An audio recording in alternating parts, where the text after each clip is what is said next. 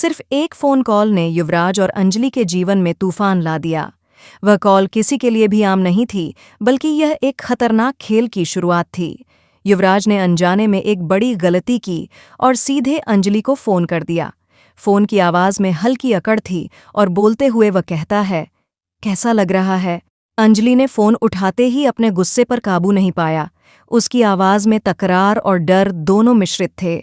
उसने कहा, अगर किसी भी तरह से तेरा नाम इस इंसिडेंट से जुड़ा है युवराज ठाकुर, तो मुझे मेरे पति की कसम, मैं तुझे सड़क पर खड़ा करके गोली मार दूंगी। युवराज ने उसके गुस्से को हल्के में लिया और जवाब में अकड़ दिखाई, तू मेरा कुछ नहीं बिगाड़ पाएगी अंजलि। लेकिन पद्मा को कुछ शंका हुई। उसने सोचा कि युवराज ने ऐसा क्यों किया। क्या वह सच में इस इंसिडेंट का हिस्सा है या ये सब किसी बड़ी साजिश का हिस्सा है? पद्मा ने तय किया कि वह इस खबर को बाहर लाएगी और युवराज के असली इरादों को सबके सामने लाएगी। राजवंशी परिवार अपने घर में खतरनाक साजिश रच रहा था। उनका इरादा सिर्फ अंजलि को बदनाम करने का था। अगर एडवोकेट अंजलि अवस्थी को नाचते, गाते और शराब पीते हुए दिल्ली की बड़ी हस्तियों के सामने दिखा दिया जाए, तो उसकी इमेज पूरी तरह से धूमिल हो जाएगी। युवराज ने अनजान होते हुए पूछा, पर यह सब होगा कैसे? उदय और प्रताप ने बड़ी मासूमियत से बताया, वैसे ही जैसे आज हुआ था। आरती ने अंजलि बनकर उसे क्रिमिनल बना दिया। पद्मा, जो अब युवराज के घर पहुंच चुकी थी, चिल्लाकर बोली, कहाँ है मेरी दीदी? मुझे सब पता है। इस सब के पीछे तेरा और तेरे बाप का हाथ है। युवराज ने गुस्से में धमकी दी, ठीक से बात कर, वरना यही गाड़ दूंगा। पद्मा ने उसका हाथ उठाया और युवराज ने उसे पकड़ लिया। लेकिन पद्मा ने अब दुर्गा अवतार ले लिया।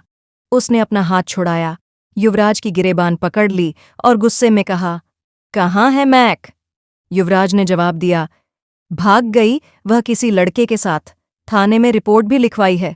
सच बताऊं तो उसका चालान कर दिया मैंने, बेच दिया उसे, और बहुत बड़ी रकम भी मिली है मुझे।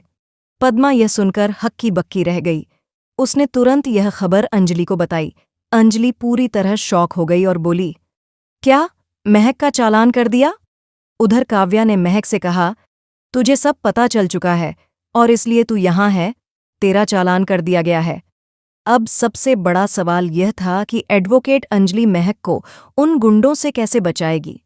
क्या अंजलि महक से जान पाएगी कि उसे फंसाने के पीछे आरती का ही हाथ है? अंजलि ने सबसे पहले महक की सुरक्षा को प्राथमिकता दी। उसने तुरंत एक प्लान बनाया। उसने महक को अपने घर ले जाने और वहां छुपाने का निर्णय लिया। इस बीच अंजलि ने युवराज, उदय और प्रताप के बीच चल रही साजिश को समझना शुरू किया। उसने महसूस किया कि यह सिर्फ एक इंसिडेंट नहीं था, बल्कि एक पूरी नेटवर्क साजिश थी, जिसमें उनके परिवार के कुछ लोग भी शामिल थे। अंजलि ने अपनी टीम बनाई। टीम में पद्मा, महक और कुछ भरोसेमंद दोस्त शामिल थे।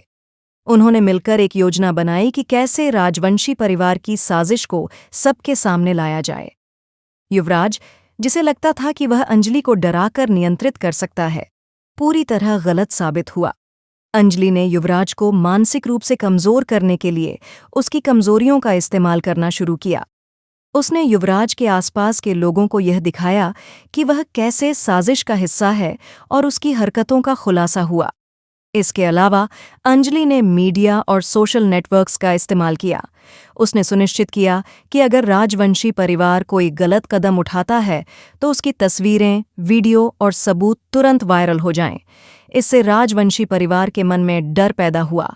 मैक के भाग जाने की कहानी भी धीरे धीरे स्पष्ट हुई। अंजलि ने पाया कि यह सब आरती की चाल थी। आरती ने महक और अंजलि को फंसाने के लिए सब कुछ किया।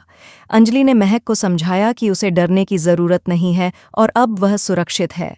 धीरे धीरे कहानी में कई ट्विस्ट आए। युवराज ने अपनी गलती महसूस की और अंततः अंजलि से माफी मांगने की कोशिश की। लेकिन अंजलि ने उसे समझाया कि केवल माफी काफी नहीं है, उसे अपनी हरकतों का खामियाजा भुगतना होगा।